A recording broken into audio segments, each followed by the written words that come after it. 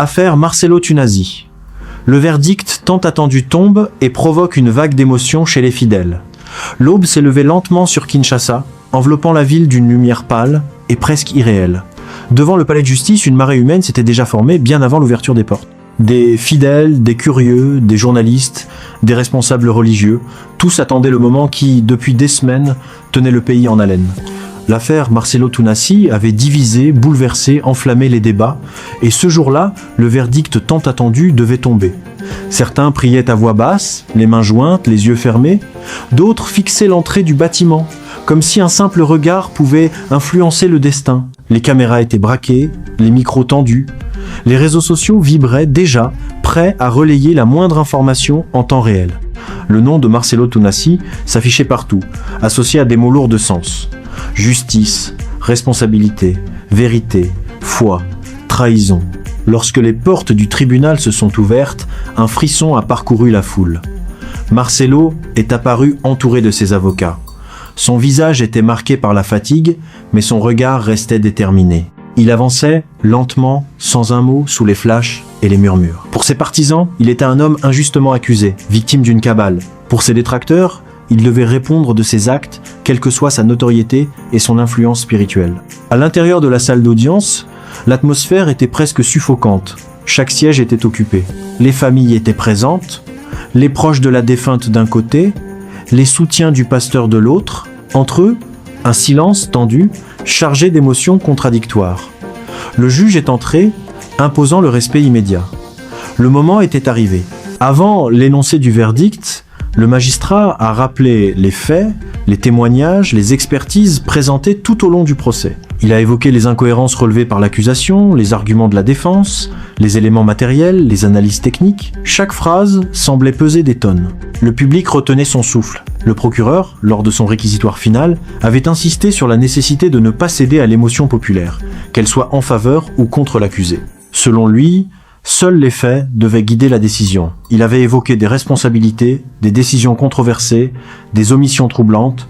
La défense, quant à elle, avait martelé l'existence de doutes persistants, affirmant qu'aucune preuve formelle ne démontrait une intention criminelle claire. Lorsque le juge a commencé à lire le verdict, le silence est devenu absolu. On entendait presque les battements de cœur dans la salle. Les mots sont tombés lentement, méthodiquement. La décision reconnaissait certaines responsabilités tout en écartant les accusations les plus graves. Le tribunal estimait que des erreurs avaient été commises, que des négligences avaient joué un rôle déterminant, mais qu'il n'existait pas suffisamment d'éléments pour établir une volonté criminelle préméditée telle que décrite initialement. À ces mots, la salle a explosé en réaction. Du côté des proches de la défunte, des cris de colère ont retenti. Certains estimaient que la justice n'était pas allée assez loin. Des larmes coulaient, des regards indignés se levaient vers le plafond comme pour chercher une réponse divine. Du côté des fidèles de Marcelo, des soupirs de soulagement, des pleurs de gratitude, des prières murmurées avec ferveur. Marcelo est resté debout, immobile. Son visage était difficile à lire. Était-ce un soulagement, une fatigue immense, une conscience lourde? Ses avocats lui ont serré la main. L'un d'eux lui a glissé quelques mots à l'oreille. Les caméras captaient chaque geste, chaque expression.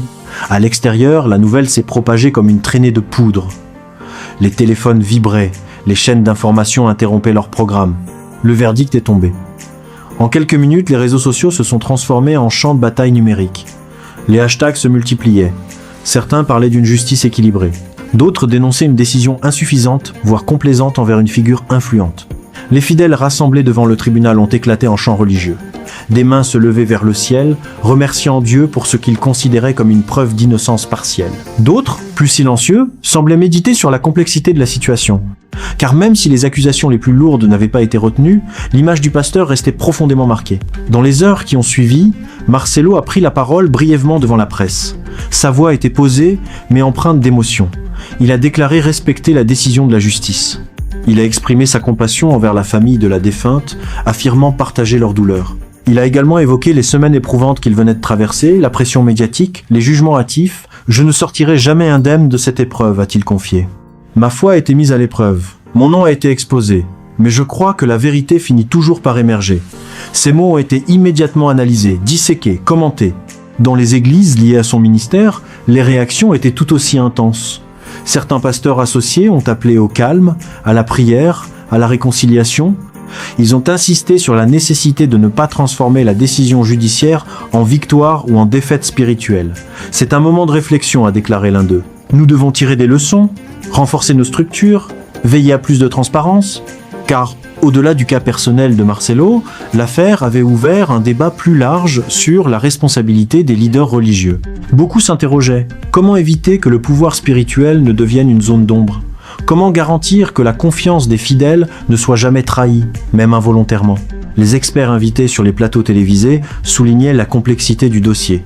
Ils rappelaient que la justice fonctionne sur la base de preuves et non d'émotions.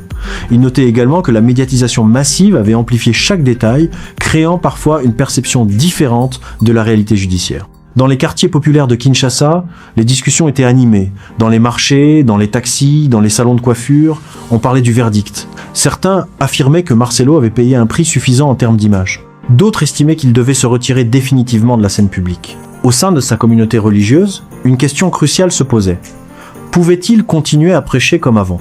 Le verdict ne l'innocentait pas totalement, mais il ne le condamnait pas non plus pour les charges les plus graves. Cette zone grise laissait place à l'interprétation. Des fidèles, les larmes aux yeux, témoignaient de l'impact spirituel que Marcelo avait eu sur leur vie. Ils parlaient de guérison, de transformation, d'espoir retrouvé. Pour eux, le verdict était la preuve que Dieu n'abandonne pas ses serviteurs. À l'inverse, d'anciens membres exprimaient leur déception, affirmant que la confiance était brisée. Dans la soirée, une veillée de prière a été organisée. Des centaines de personnes se sont rassemblées, chantant, pleurant, levant les mains. L'émotion était palpable. On ressentait un mélange de soulagement et de tristesse, de foi et de doute. Marcelo, quant à lui, semblait conscient que rien ne serait plus jamais comme avant. Même si la justice n'avait pas retenu les accusations les plus lourdes, l'affaire avait laissé des cicatrices profondes. Sa réputation, autrefois incontestée, était désormais marquée par cette épreuve. Certains observateurs estiment que ce verdict marque le début d'une nouvelle ère pour les institutions religieuses du pays. Une ère où la transparence et la responsabilité seront davantage exigées. Une ère où le charisme ne suffira plus à protéger contre les questions légitimes. D'autres pensent que le temps finira par atténuer les tensions, que la mémoire collective retiendra davantage les années de ministère que les mois de procès.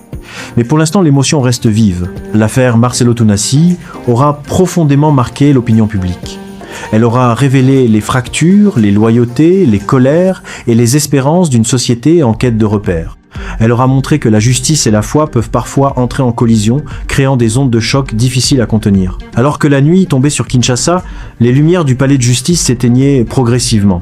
La foule se dispersait lentement. Mais dans les cœurs, les discussions continuaient.